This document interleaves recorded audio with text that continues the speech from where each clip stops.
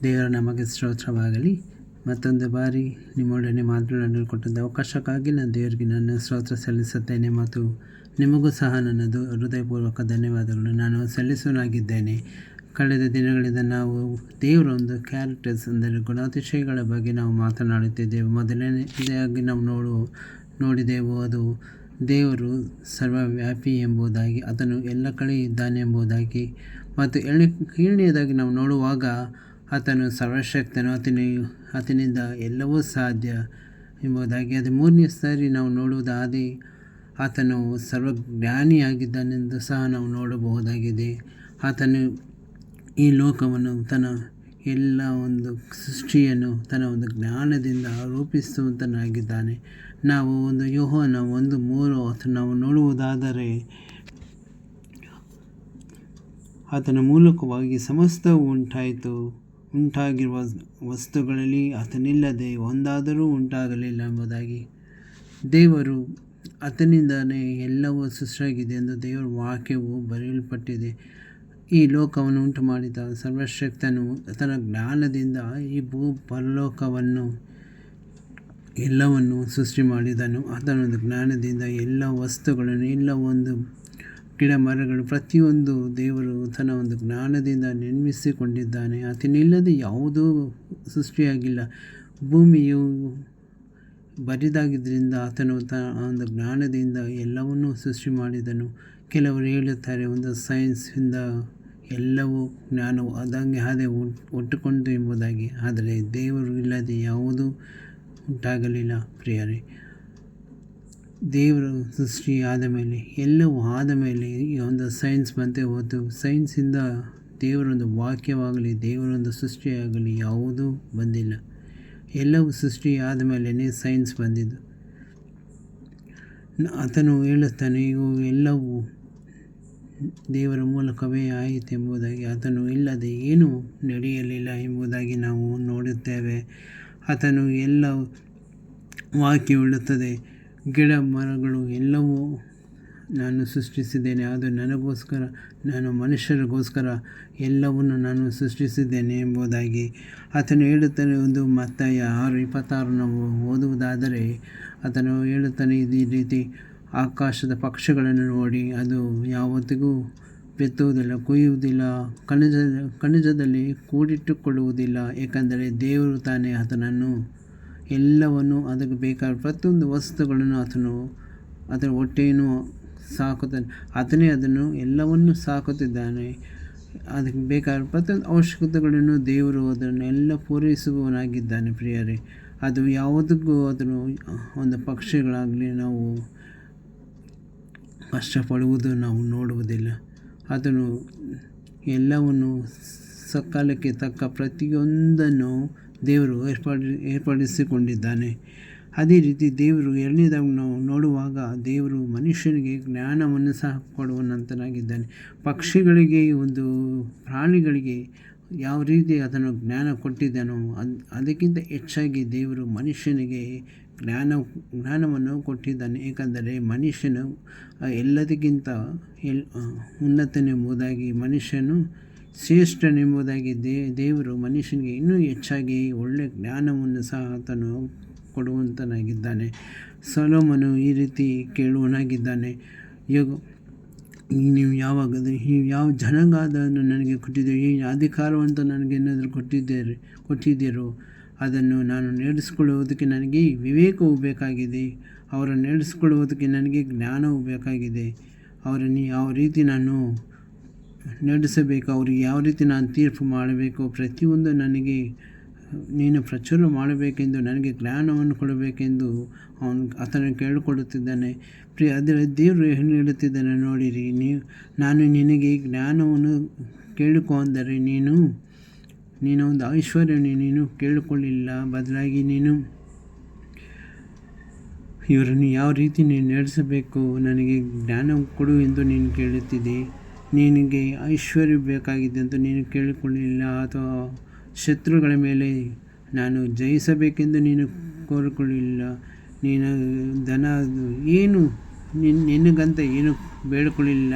ಆದರೆ ಈ ಜನರಿಗೋಸ್ಕರ ನೀನು ಇವರನ್ನು ಯಾವ ರೀತಿ ನಡೆಸಬೇಕು, ನನಗೆ ಜ್ಞಾನವನ್ನು ಕೊಡು ಎಂದು ನೀವು ಹೇಳುವಾಗ ನನಗೆ ಸಂತೋಷವಾಯಿತು. ನಿನ್ನ ಎಲ್ಲವೂ ನಿಶ್ಚಯತೆಯನ್ನು ನಾನು ತೀರಿಸುತ್ತೇನೆ ಎಂಬುದಾಗಿ ದೇವರು ಆ ಟೈಮ್ನಲ್ಲಿ ದೇವರಿಗೆ ಆ ಒಂದು ಮನುಷ್ಯನಿಗೆ, ಒಂದು ಸೊಲೊಮೋನನಿಗೆ ಒಳ್ಳೆಯ ಜ್ಞಾನವನ್ನು ಸಹ ಕೊಡುವಂತನಾಗಿದ್ದಾನೆ ಪ್ರಿಯರೇ.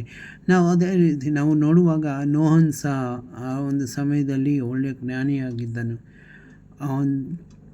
ಆತನು ಒಂದು ಒಂದು ನಾವೆಯನ್ನು ಕಟ್ಟುವುದಕ್ಕೆ ಆ ಒಂದು ಸಮಯದಲ್ಲಿ ಯಾವುದೇ ಒಂದು ಎಕ್ವಿಪ್ಮೆಂಟ್ಸ್ ಇರಲಿಲ್ಲ, ಯಾವುದೊಂದು ವಸ್ತುಗಳು ಇರಲಿಲ್ಲ. ಕೇವಲ ಎಲ್ಲವೂ ಒಂದು ಮರದಿಂದ ಆತನು ಅಷ್ಟೊಂದು ದೊಡ್ಡ ನಾವೆಯನ್ನು ಕಟ್ಟುವುದಕ್ಕೆ ಎಷ್ಟು ಸಾಹಸವೇ, ಎಷ್ಟು ಸಾಧನೆ ಬೇಕು, ಎಷ್ಟೊಂದು ಜ್ಞಾನ ಬೇಕು ಆತನಿಗೆ. ಇದು ಯಾವ ರೀತಿ ಮಾಡಬೇಕು, ಯಾವ ಸೈಜಲ್ಲಿ ಮಾಡಬೇಕು, ಯಾವ ಅಳತೆಯಲ್ಲಿ ಮಾಡಬೇಕು, ಆತನಿಗೆ ಅಷ್ಟು ಜ್ಞಾನವನ್ನು ಕೊಟ್ಟು ನೋಹಗೆ ಆ ಒಂದು ಸಮಯದಲ್ಲಿ ದೇವರು ಆತನನ್ನು ಎಷ್ಟು ಬಹಳವಾಗಿ ಹೆಚ್ಚಿಸಿದ್ದಾರೆ. ಮನುಷ್ಯರನ್ನು ನೋಡುವಾಗ ಅವರು ಕೆಟ್ಟು ಹೋಗುವುದನ್ನು ನೋಡಿ ನೋಹನು ಆತನನ್ನು ಏರ್ಪಡಿಸಿಕೊಂಡು ನೋಹನ ಮೂಲಕವಾಗಿ ಈ ಒಂದು ಜನಾಂಗವನ್ನು ಹುಟ್ಟಿಸಬೇಕೆಂದು, ನೋಹ ಮೂಲಕವಾಗಿ ಈ ಸಂತಾನವನ್ನು ಬೆಳೆಸಬೇಕೆಂಬುದಾಗಿ ನೋಹನನ್ನು ಆತನು ಏರ್ಪಡಿಸಿಕೊಂಡನು. ಏಕೆಂದರೆ ನೋಹನು ದೇವರ ದೃಷ್ಟಿಯಲ್ಲಿ ನೀತಿಯುಳ್ಳವನಾಗಿದ್ದನು. ವಾದದಿಂದ ಆತನ ಕುಟುಂಬವು ದೇವರ ಕೃಪೆಯಲ್ಲಿ ಆಶೀರ್ವಾದ ಹೊಂದಿತ್ತು. ಆ ಒಂದು ಸಮಯದಲ್ಲಿ ಆತನು ಆ ಒಂದು ದೊಡ್ಡ ಕಾರ್ಯವನ್ನು ಮಾಡುವುದನ್ನು ನಾವು ನೋಡಬಹುದು. ಆತನು ನನ್ನ ಪ್ರಕಾರ ಆತನು ಒಂದು ದೊಡ್ಡ ಇಂಜಿನಿಯರ್ ಆಗಿರ್ಬೋದು ಪ್ರಿಯರೇ. ದೇವರ ವಿಷಯದಲ್ಲಿ ಆತನೇ ಒಂದು ಫಸ್ಟ್ ಇಂಜಿನಿಯರ್ ಪ್ರಿಯರೇ. ಏಕೆಂದರೆ ಆ ಒಂದು ಸಮಯದಲ್ಲಿ ಆ ರೀತಿ ನಾವು ಕಟ್ಟುವುದು ಮನುಷ್ಯನಿಗೆ ಅಸಾಧ್ಯವಾದದ್ದು, ದೇವರಿಗೆ ಎಲ್ಲವೂ ಸಾಧ್ಯವಾಗಿದೆ. ಆತನು ಎಲ್ಲವೂ ಸಾಧ್ಯ ಮಾಡುವಂತನಾಗಿದ್ದಾನೆ ಪ್ರಿಯರೇ. ನಾವು ಕೊನೆಯದಾಗ ನಾವು ನೋಡುವುದಾದರೆ ಆತನು ಮನುಷ್ಯರಿಗೆ ಕೇಳಿಕೊಳ್ಳುತ್ತೇನೆ, ನಿಮ್ಮಲ್ಲಿ ಯಾರಿಗಾದರೂ ಬುದ್ಧಿ ಬೇಕಂದರೆ, ನಿಮಗೆ ಜ್ಞಾನ ಬೇಕಾದರೆ ನನ್ನನ್ನು ಬೇಡಿಕೊಳ್ಳಿರಿ, ನಾನು ನಿಮಗೆ ಯಥಾರ್ಥವಾಗಿ ಕೊಡುತ್ತೇನೆ ಎಂಬುದಾಗಿ ಆತನು ಕೇಳುವ ಪ್ರತಿಯೊಬ್ಬರಿಗೂ ಕೊಡುವಂತನಾಗಿದ್ದಾನೆ. ಆತನು ಯಾರಿಗೂ ತಿರಸ್ಕಾರ ಮಾಡದೆ ಎಲ್ಲರನ್ನು ಸಂತೋಷವಾಗಿ ಕೊಡುವಂತನಾಗಿದ್ದಾನೆ. ಏಕೆಂದರೆ ಆತನು ಎಲ್ಲರನ್ನು ಏಕರೀತಿಯಾಗಿ ಪ್ರೀತಿಸುವಂತನಾಗಿದ್ದಾನೆ. ಏಕರೀತಿಯಾಗಿ ಆತನು ಆಲೋಚಿಸಿ ಅವರಿಗೆ ಎಲ್ಲವನ್ನು ಒಂದು ಬೇಕಾದ ಔಷಧಗಳನ್ನು ಒದಗಿಸಿ ಕೊಡುವಂತನಾಗಿದ್ದಾನೆ ಪ್ರಿಯರೇ. ನಾವು ಮನುಷ್ಯರಾದರೆ ಸ್ಟೇಟಸ್ ನೋಡ್ತಾರೆ ಅಥವಾ ಇನ್ನು ಅವರ ಉನ್ನತ ಸ್ಥಾನವನ್ನು ನೋಡಿ ಅವರನ್ನು ಪ್ರೀತಿಸುವರಾಗಿದ್ದಾರೆ ಅಥವಾ ಜ್ಞಾಪಕ ಮಾಡಿಕೊಳ್ತಾರೆ. ಆದರೆ ದೇವರು ಹೇಳ್ತಾರೆ, ನೀವು ಯಾರಾದರೂ ಪರವಾಗಿಲ್ಲ, ನಿಮ್ಮಲ್ಲಿ ಒಂದು ವೇಳೆ ಜ್ಞಾನವನ್ನು ಕಮ್ಮಿಯಾಗಿದ್ದರೆ ದಯವಿಟ್ಟು ನನ್ನ ಕೇಳಿಕೊಳ್ಳಿ, ನಾನು ಕೊಡುತ್ತೇನೆ ಎಂಬುದು ಯಥಾರ್ಥವಾಗಿ ಕೊಡುತ್ತೇನೆ. ಪರಲೋಕದಲ್ಲಿರುವ ತಂದೆ ನೀವು ಬೇಕಾದ ಪ್ರತಿಯೊಂದು ಅವಶ್ಯಕತೆಗಳನ್ನು ನಿಮಗೆ ಕೊಡುತ್ತಾನೆ ಎಂಬುದಾಗಿ.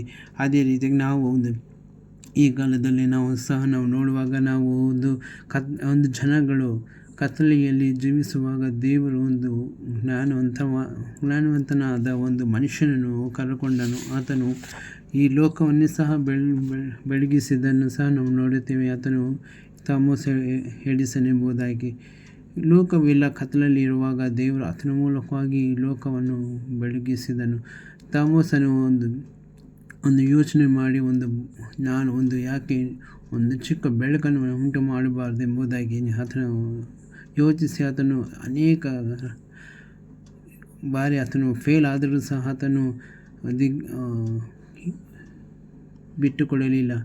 ಆತನ ಆಲೋಚನೆಗಳು ಪ್ರತಿಯೊಂದು ದೇವರ ಮುಂದೆ ಇಟ್ಟು ಆತನನ್ನು ಇದನ್ನು ಹೇಗಾದರೂ ನಾನು ಸಾಧನೆ ಮಾಡಬೇಕೆಂಬುದಾಗಿ ಆತನು ಮುಂದೆ ಹೆಜ್ಜೆ ಹಾಕುವಾಗ ದೇವರು ಆತನಿಗೆ ಒಳ್ಳೆಯ ಜ್ಞಾನವನ್ನು ಕೊಟ್ಟು ಆತನ ಒಂದು ಬಲ್ಪನ್ನು ಉಂಟು ಮಾಡಿದನು ಮತ್ತು ಈ ಲೋಕವನ್ನು ಆತನು ಬೆಳಗಿಸಿದನು.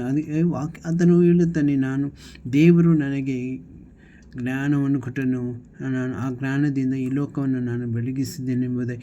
ದೇವರು ನನ್ನನ್ನು ಬೆಳಗಿಸಿದ್ರಿಂದ ನಾನು ಈ ಲೋಕವನ್ನು ಸಹ ನಾನು ಬೆಳಗಿಸುತ್ತೇನೆ ಎಂಬುದಾಗಿ ಆತನು ಈ ಒಂದು ಬಲ್ಬ್ ಸೃಷ್ಟಿ ಮಾಡಿದನು. ಏನಾದರೂ ಆತನು ಮಾಡಿದ್ದಾನೆ ಅಂದರೆ ಅದನ್ನು ಅನೇಕ ಬಾರಿ ಆತನು ವಿಫಲನಾಗಿರಬಹುದು. ಆದರೆ ಒಂದು ದಿವಸ ಆತನು ದೇವರ ಮೂಲಕವಾಗಿ ಆತನು ಆಶೀರ್ವಾದ ಹೊಂದುವ ಒಂದು ದೊಡ್ಡ ಕಾರ್ಯವನ್ನು ಆತನು ಮಾಡಿದನು. ಆತನ ಮೂಲಕವಾಗಿ ನಾವು ಈ ದಿನಗಳಲ್ಲಿ ನಾವು ನೋಡುವಾಗ ಅನೇಕ LED ಆಗ್ಬೋದು, ಯಾವುದೇ ಲೈಟ್ಗಳಿರ್ಬೋದು, ಎಷ್ಟೋ ಲೈಟ್ಗಳು ನಾವು ನೋಡಬಹುದು. ಆ ಒಂದು ಎಲ್ಲ ಕ್ರೆಡಿಟ್ ಆತನಿಗೆ ಸಲ್ಲಬೇಕು. ಆತನ ಮೂಲಕವಾಗಿ ದೇವರಿಗೆ ಸಲ್ಲಬೇಕಾಗಿದೆ. ಎರಡನೇದಾಗಿ ನಾವು ನೋಡುವುದಾದರೆ ಈ ಒಂದು ಈ ಒಂದು ದೇಶದಿಂದ ಇನ್ನೊಂದು ದೇಶಕ್ಕೆ ಹಾರಬೇಕಂದ್ರೆ ಒಂದು ವಿಮಾನ ಬೇಕೆಂಬುದಾಗಿ ಒಂದು ರೈಟ್ ಬ್ರದರ್ಸ್ ಅವರು ಸಹ ಎಷ್ಟು ಕಷ್ಟಪಟ್ಟು ಅದನ್ನು ಸಫಲ ಮಾಡಿದರು. ಮೂರನೇದಾಗಿ ನಾವು ನೋಡುವುದಾದರೆ ಜಾನ್ ಎಡಿಸನ್ ಒಂದು ಪ್ರಿಂಟರ್ ನಾವು ನೋಡುವಾಗ ಯಾರು ಒಂದು ಪ್ರಿಂಟರ್ ಸೃಷ್ಟಿ ಮಾಡಿದ್ದಾನೆ ಜಾನ್ಸ್ ಗಟನ್ಬರ್ಗ್ ಆ ಒಂದು ಸಮಯದಲ್ಲಿ ಎಷ್ಟು ಪ್ರಖ್ಯಾತ ಹೊಂದಿದ ಆತನು ಈ ಒಂದು ಪ್ರಿಂಟರನ್ನು ಸೃಷ್ಟಿ ಮಾಡಿದನು.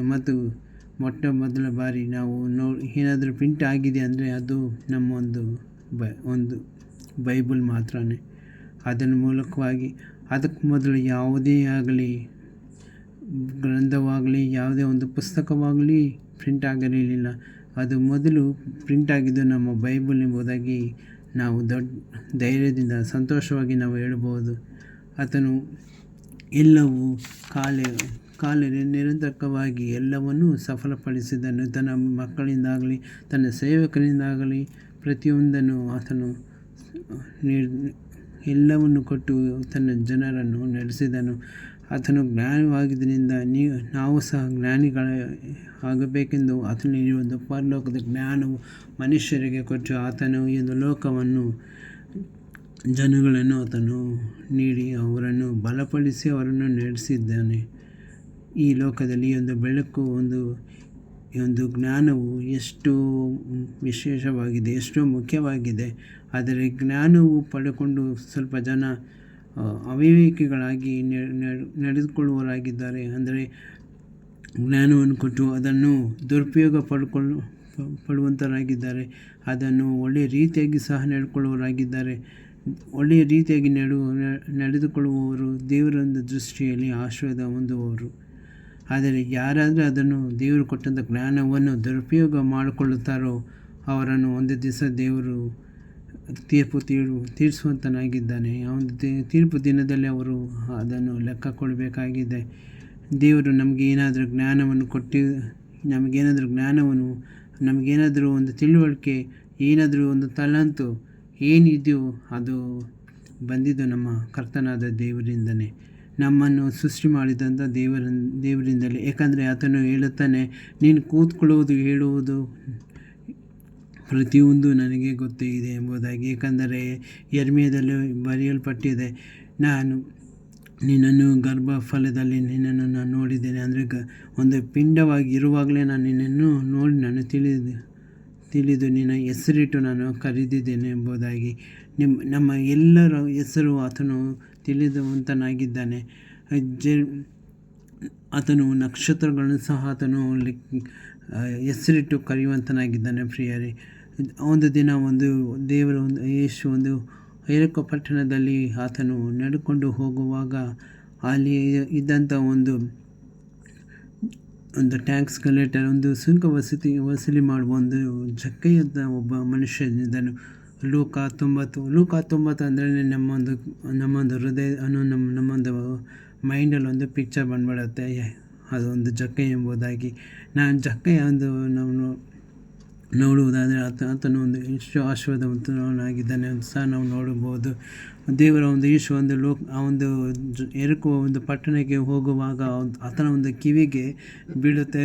ನೋಡಿ, ಯೇಸು ಬೋಧಕ ನಮ್ಮೊಂದು ಪಟ್ಟಣದಲ್ಲಿ ಬಂದಿದ್ದಾನೆ ಎಂಬುದಾಗಿ ಆತನಿಗೆ ಆಶೆ ಉಂಟಾಯಿತು, ನಾನು ಯೇಸುವನ್ನು ನೋಡಬೇಕು ಎಂಬುದಾಗಿ. ಆತನು ಹೋಗಿ ನೋಡುವಾಗ ಅನೇಕರು ಅಲ್ಲಿ ಬಂದು ಆತನು ಅಲ್ಲಿ ನೋಡುವಾಗ ಅನೇಕ ಗುಂಪಲ್ಲಿ ಇದ್ದಿದ್ದರಿಂದ ಆತನು ಗಿಡ್ಡನಾಗಿದ್ದರಿಂದ ಆತನು ಯೇಸುವನ್ನು ನೋಡದೆ ಹೋದರು.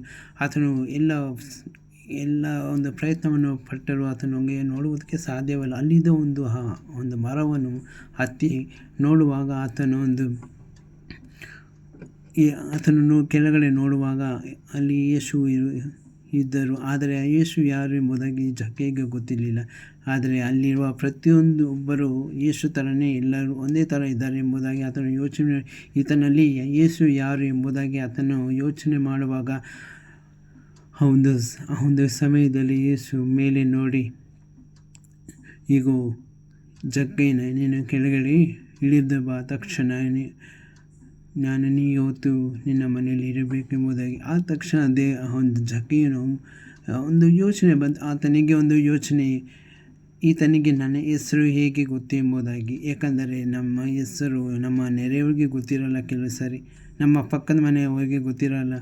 ಆದರೆ ಈತನು ಹೇಳುತ್ತಾನೆ, ನನ್ನ ನಿಜಕ್ಕೆ ಏನೇನು ಇಳಿದು ಬಾ ಎಂಬುದಾಗಿ. ಕರ್ತನಲ್ಲಿ ಪ್ರಿಯರೇ, ದೇವರಿಗೆ ಸಮಸ್ತವು ಗೊತ್ತಿದೆ ಎಂಬುದಾಗಿ ನಾವು ನೋಡಬಹುದು. ಆತನು ಹೇಳುತ್ತಾನೆ, ಈಗ ಆತನಿಗೆ ನಕ್ಷತ್ರಗಳು ಸಹ ಹೆಸರಿಟ್ಟು ಕರೆಯುವಂತನಾಗಿದ್ದಾನೆ. ಮನುಷ್ಯರು ಯಾವ ಒಂದು ಮೂಲಕ್ಕೆ, ಅದೇ ರೀತಿ ಆತನ ಒಂದು ಮನಸ್ಸಿನಲ್ಲಿ ಇದ್ದಿದ್ದು ಯೇಸುವನ್ನು ನೋಡಬೇಕು ಎಂಬುದಾಗಿ. ಆದರೆ ಯೇಸು ಅವರೊಂದು ಮನೆಯಲ್ಲಿ ಇರಬೇಕು ಎಂಬುದಾಗಿ ಆತನು ಆಶಿಸುವಾಗ ಒಂದು ಮನುಷ್ಯನು ಆ ಒಂದು ಜಗ್ಗೈನ ಮನೆಗೆ ಕರ್ಕೊಂಡು ಹೋಗಿದ್ದನು. ಆತನಲ್ಲಿರುವಂಥ ಆತನೇನು ಮೋಸ ಮಾಡಿ ಜನರಿಗೆ ಮೋಸ ಮಾಡಿದನು, ಪ್ರತಿಯೊಂದು ಆತನು ಮತ್ತೆ ಹಿಂತಿರುಗಿ ಜನರಿಗೆ ಕೊಡುವುದನ್ನು ಆತನು ನೋಡಿ. ಈಗ ಈ ಒಂದು ನಾನೇನು ಪಾಪ ಮಾಡಿ ಈ ಒಂದು ಜನಕ್ಕೆ ಮೋಸ ಮಾಡಿ ಈ ಒಂದು ವಂಚನೆ ಮಾಡಿ ಎಲ್ಲವನ್ನು ನಾನು ಸೆಳೆದುಕೊಂಡಿದ್ದೇನೋ ಇದೆಲ್ಲವನ್ನು ಎರಡರಷ್ಟು ನಾನು ಮತ್ತೆ ಹಿಂದಿರುಗಿ ಕೊಡುತ್ತೇನೆ ಎಂಬುದಾಗಿ ಆತನಲ್ಲಿರುವಂಥ ಪ್ರತಿಯೊಂದು ಕೆಟ್ಟ ಕ್ರಿಯೆಗಳನ್ನು ಆತನ ಒಂದು ಹೃದಯದಲ್ಲಿ ಪ್ರತಿಯೊಂದು ಆತನು ದೇವರೊಡನೆ ಯೇಸುವಿನ ಮುಂದೆ ಒಪ್ಪಿಕೊಂಡಿರುವಾಗ ಯೇಸು ಹೇಳುತ್ತಾನೆ, ಈತನು ನಿಜವಾಗಿ ಹೇಳುತ್ತಾನೆ, ಈತನು ಸಹ ಒಬ್ಬ ಅಬ್ರಹಾಮನ ಸಂತಾನದಲ್ಲಿ ಒಬ್ಬನೆಂಬುದಾಗಿ. ಪ್ರಿಯ ಮಕ್ಕಳೇ, ನಾನು ವಿಶೇಷವಾಗಿ ಏನು ಹೇಳುವುದಕ್ಕೆ ನಾನು ಇಷ್ಟಪಡುತ್ತೇನೆ ಎಂಬುದಾಗಿ ನಾವು ನೋಡುವಾಗ, ದೇವರಲ್ಲಿ ಎಲ್ಲವನ್ನು ನೋಡುವತನಾಗಿದ್ದಾನೆ. ಆತನಿಗೆ ಸರ್ವಶಕ್ತನು, ಆತನಿಂದ ಎಲ್ಲವೂ ಸಾಧ್ಯ. ಏಕೆಂದರೆ ಆತನು ಎಲ್ಲವನ್ನು ತಿಳಿದುಕೊಂಡಿದ್ದಾನೆ. ಎಲ್ಲವನ್ನೂ ಆತನಿಗೆ ಗೊತ್ತಿಲ್ಲದ ಮಾರ್ಗವು ಒಂದೂ ಇಲ್ಲ, ಎಲ್ಲವೂ ಆತನಿಗೆ ಗೊತ್ತಿದೆ. ಅದಕ್ಕೆ ದೇವರು ವಾಕ್ಯ ಹೇಳುತ್ತದೆ, ಆತನ ಮೂಲಕವಾಗಿ ಸಮಸ್ತ ಉಂಟಾಯಿತು ಎಂಬುದಾಗಿ. ಅದರಿಂದ ನಾವು ಎಚ್ಚರವಾಗಿರಬೇಕು. ಏಕೆಂದರೆ ದೇವರು ನಮ್ಮನ್ನು ನೋಡುವಂತನಾಗಿದ್ದಾನೆ. ಆತನು ಸರ್ವಶಕ್ತನಾಗಿ ನಾವು ಏನೇ ಇದ್ದರೂ ಆತನ ಮುಂದೆ ನಾವು ಆದುಕೊಳ್ಳುವಾಗ ಆತನು ನಮಗೆ ಜ್ಞಾನವನ್ನು ಕೊಡುವಂತನಾಗಿದ್ದಾನೆ. ಅದರ ಪ್ರಕಾರ ಆತನು ನಮ್ಮನ್ನು ನಡೆಸುವಂತನಾಗಿದ್ದಾನೆ. ಪ್ರಿಯರೇ, ನಾವು ಜ್ಞಾನಿಗಳಾಗಿ ಜೀವಿಸುವಾಗ ದೇವರು ನಮ್ಮನ್ನು ಹೆಚ್ಚಾಗಿ ಆಶೀರ್ವದಿಸಿ ನಮ್ಮನ್ನು ಬಲಪಡಿಸುವನಾಗಿದ್ದಾನೆ. ಇವತ್ತು ನಮಗೆ ಜ್ಞಾನ ಇಲ್ಲ, ನನಗೆ ತಿಳುವಳಿಕೆ ಇಲ್ಲ ಎಂಬುದಾಗಿ ನೀವು ಕೊರಗುವುದಾದರೆ, ದೇವರಲ್ಲಿ ನೀವು ಒಂದು ಸಲ ನೀವು ಬೇಡ್ಕೊಳ್ಳುವುದಾದರೆ, ನಿಮಗೆ ಬೇಕಾಗಿರುವ ಜ್ಞಾನವು ದೇವರು ನಿಮ್ಮನ್ನು ಕೊಟ್ಟು ನಿಮ್ಮನ್ನು ನಡೆಸುವಂತನಾಗಿದ್ದಾನೆ. ನೀವು ವಿಫಲರಾಗದೆ ದೇವರಲ್ಲಿ ನೀವು ಯಾವತ್ತಾಗಲಿ ನೀವು ಆದುಕೊಳ್ಳುತ್ತೀರೋ ಆ ಕ್ಷಣ ದೇವರು ನಿಮ್ಮನ್ನು ಹೆಚ್ಚಾಗಿ ನಿಮ್ಮನ್ನು ಆಶೀರ್ವದಿಸಿ ನಿಮ್ಮನ್ನು ಅಭಿವೃದ್ಧಿಪಡಿಸುವಂತನಾಗಿದೆ. ನಿಮ್ಮ ಕೆಲಸ ಕಾರ್ಯಗಳಲ್ಲಿ ನಿಮ್ಮನ್ನು ಆಶೀರ್ವದಿಸುವಂತನಾಗಿದ್ದಾನೆ. ನೀವು ಮಾಡುವ ವ್ಯಾಪಾರವಾಗಿರ್ಬೋದು, ಯಾವುದೇ ಒಂದು ಕೆಲಸವಾಗಿರಬಹುದು, ಪ್ರತಿಯೊಂದರಲ್ಲಿ ನಿಮಗೆ ಜ್ಞಾನವನ್ನು ಕೊಟ್ಟು ನಿಮ್ಮನ್ನು ದೇವರು ನಡೆಸುವಂತನಾಗಿದ್ದಾನೆ. ನೀವು ಸಕ್ಸಸ್ ಆಗಿದ್ದೀರಾ ಅಂದರೆ ಅದು ದೇವರ ಒಂದು ಕೃಪೆಯಾಗಿದೆ, ದೇವರು ಕೊಟ್ಟಂಥ ಜ್ಞಾನವಾಗಿದೆ. ಪ್ರಿಯರೇ, ನೀವು ದೇವರಲ್ಲಿ ನೀವು ಸಂಪೂರ್ಣವಾಗಿ ನೀವು ಆತುಕೊಂಡು ನೀವು ನಡೆಯುವಾಗ ದೇವರು ನಿಮ್ಮಲ್ಲಿ ಶಕ್ತನಾಗಿ ನಿಮ್ಮನ್ನು ನಡೆಸಿ ನಿಮ್ಮನ್ನು ಬಲಪಡಿಸುವಂತನಾಗಿದ್ದಾನೆ.